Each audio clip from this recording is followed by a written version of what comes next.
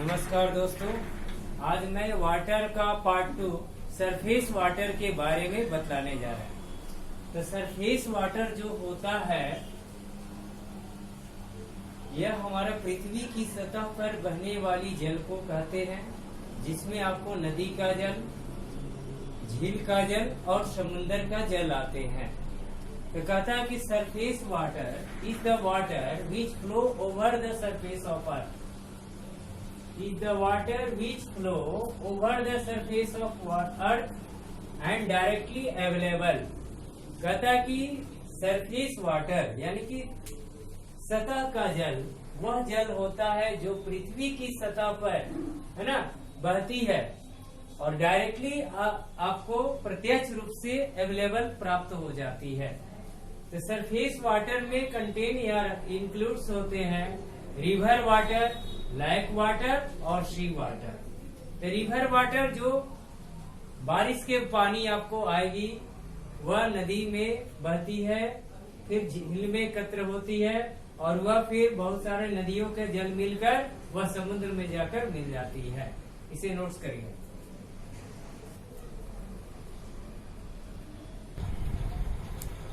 अब आता है आपको रिवर वाटर। रिवर वाटर जो होता है most important source of water होता है, जिसमें आपका यह जो रिवर वाटर है वो आपका बर्फ के पिघलने से आता है, साथ में बारिश की वजह से होगा और स्प्रिंग वाटर की वजह से। इसमें सॉइल की मिनरल्स खनिज पाए जाते हैं, जैसे आपका chloride, bicarbonate, sulphate of calcium and magnesium. ठीक, साथ में इसमें आपका सस्पेंडेड इम्प्योरिटीज आएंगे, जैसे आप क्ले देखते हो, सॉइल देखते हो, सैंड देखते हो, रॉक होता है, इटीसी। तो वही कह रहा है कि आपका रिवर वाटर फर्स्ट में आपका सरफेस वाटर का पहला आपका रिवर वाटर आता है। तो कहता है कि river waters are the most important source of water. ये सोर्स ऑफ वाटर का सबसे महत्वपूर्ण भाग होता है रिवर्स का वाटर। रिवर वाटर कम्स कहाँ से आता है? From melting of snow, rain and spring water. तो यह रिवर वाटर आपका बर्फ के पिघलने से, रेन के बारिश होने की वजह से और स्प्रिंग वाटर की वजह से हमारा रिवर वाटर प्राप्त होती है। साथ में यह कंटेन रखता है डिजॉल्व मिनरल्स ऑफ सॉइल। यह सॉइल के डिजॉल्व मिनरल्स को रखता है, जैसे आप देख सकते हो chloride, sulphate, bicarbonate of sodium, magnesium and calcium. तो कैल्शियम, मैग्नीशियम के या क्लोराइड के, बाइकार्बोनेट, सल्फेट इत्यादि यह हमारा मिनरल्स के रूप में पाए जाते हैं। साथ ही साथ कहता है यह कंटेन सस्पेंडेड इम्प्योरिटीज। तो सस्पेंडेड इम्प्योरिटीज में क्या होता है? Sand, rocks and organic matter, यह आप देख सकते हो।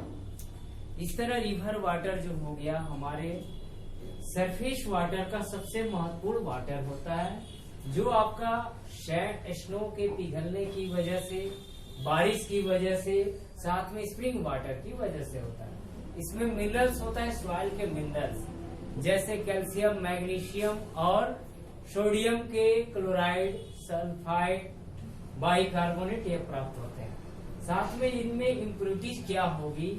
बालू, सैंड होगा, रॉक्स होंगे और ऑर्गेनिक मैटर होंगे। इसे नोट्स करिए।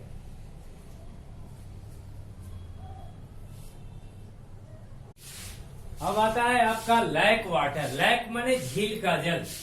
तो झील का जल क्या है? आपको इसमें ऑर्गेनिक इम्प्योरिटीज पाई जाती है। तो क्यों ऑर्गेनिक इम्प्योरिटीज पाई जाती है? क्योंकि जो झील होती है उसमें आपको प्लांट और एनिमल पाए जाते हैं। तो प्लांट और एनिमल के पाए जाने के कारण वह क्या होते हैं, समय गुजरने के बाद डेड कर जाते हैं।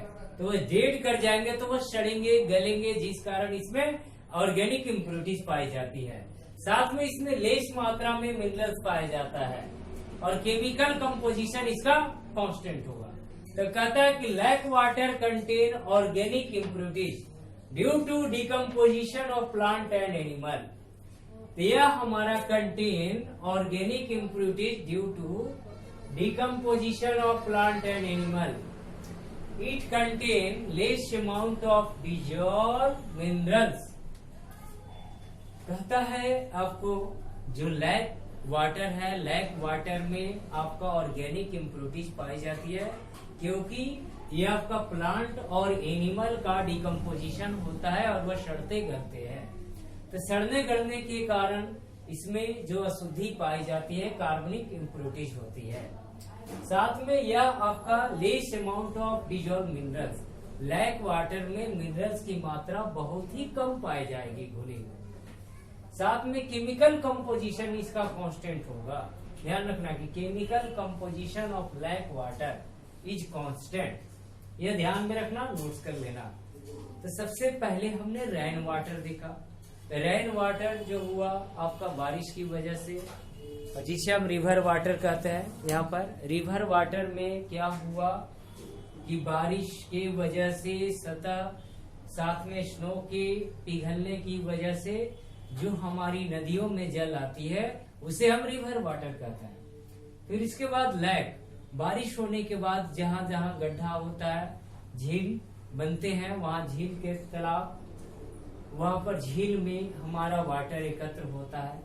तो जिसमें झील में आप देखते हो कि वहां पर प्लांट और छोटे छोटे एनिमल्स पानी के अंदर पाए जाते हैं और वह डिकम्पोज होकर सड़ने गलने लगते हैं, जिस कारण यह लैक का वाटर जो होगा इम्प्योर हो जाता है।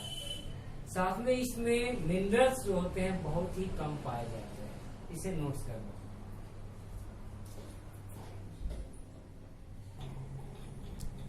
अब आपका आता है थर्ड, सी वाटर। तो सी वाटर समुद्र का जल कहने का मतलब, तो जो सी वाटर होता है, नदी का पानी जब आपको समुद्र में जाकर मिलती है तो वह उसे कंटामिनेटेड, दूषित कर देता है और साथ में उसमें साल्टी वाटर हो जाता है जो हमारे यूज लायक नहीं होता है, यूजलेस होता है। और यह इंडस्ट्री के लिए भी यूजलेस होता है। सिर्फ यह इसका यूज हम लोग ठंडा करने में करते हैं। तो कहता है कि sea water is the most impure form of natural water. तो ऑब्जेक्टिव में कह दिया जाएगा तो most impure form of natural water कौन होगा? सी वाटर, रिवर वाटर और लैक वाटर। तो आप मारना सी वाटर। करेगा कि the dissolve salt of sea water are increase by impurities through by rivers when they join sea। कहता है कि डिजॉल्व साल्ट ऑफ सी का जो होगा आपका समुद्र के जल में जो साल्ट होगा, लवण होगा, वह इंक्रीज करेगा। तो इंक्रीज क्यों करेगा? By impurities through the rivers. नदियों के जल जब हमारा सी वाटर में ज्वाइन कर जाती है तो उसका साल्टी जो होता है इम्प्यूरिटीज के कारण बढ़ जाती है।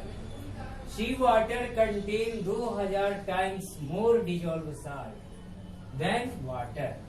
तो जो सी वाटर होता है वह हमारा वाटर की तुलना में 2000 गुना ज्यादा साल्टी होता है, नमक युक्त होता है, जिस कारण हम पी नहीं पाएंगे।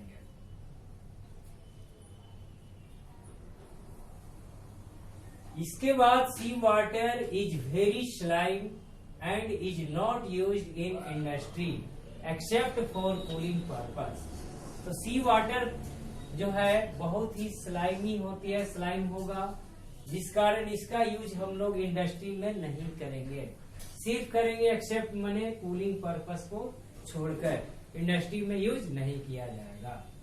इस तरह आपने जो ग्राउंड वाटर देखा, ग्राउंड वाटर यानी कि सरफेस वाटर जो हुआ, सरफेस वाटर पृथ्वी की सतह पर जो जल पाई जाती है उसे हम सरफेस वाटर कहते हैं। तो सरफेस वाटर में रिवर्स वाटर, लैक वाटर और सी वाटर होता है। तो रिवर वाटर जो होता है बर्फ के पिघलने से नदियों के में आती है, साथ में बारिश होता है, उसकी वजह से नदियों का जल बढ़ जाता है, जिसमें हमारा कैल्शियम, मैग्नीशियम और सोडियम के जो हो गए क्लोराइड, फास्फेट और सल्फेट के मिनरल्स होते हैं जो मिट्टी से बहकर आती है। साथ में इस रिवर वाटर में आप देख सकते हो कि उसमें क्ले रहेगा, रॉकी रहेगा, यह सब इम्प्योरिटीज पाई जाती है। तो यह तो होगी बात हमारी रिवर की। इसके बाद जब हम बात करते हैं लेक वाटर, तो लेक वाटर जो बारिश के पानी जमा होती है उस गड्ढे में, तो वह गड्ढे में आपका जानते हो कि पानी की वजह से छोटे छोटे जीव जंतु पनपते हैं और वह आपका पेड़ पौधे भी अलगी, फंगस ये सब होते हैं, जिस कारण वह मरने के बाद, डेड होने के बाद वह पानी को इम्प्योर कर देते हैं, वह पानी पीने योग्य नहीं पाया जाती है। इसके बाद हमारा आता है थर्ड में सी वाटर।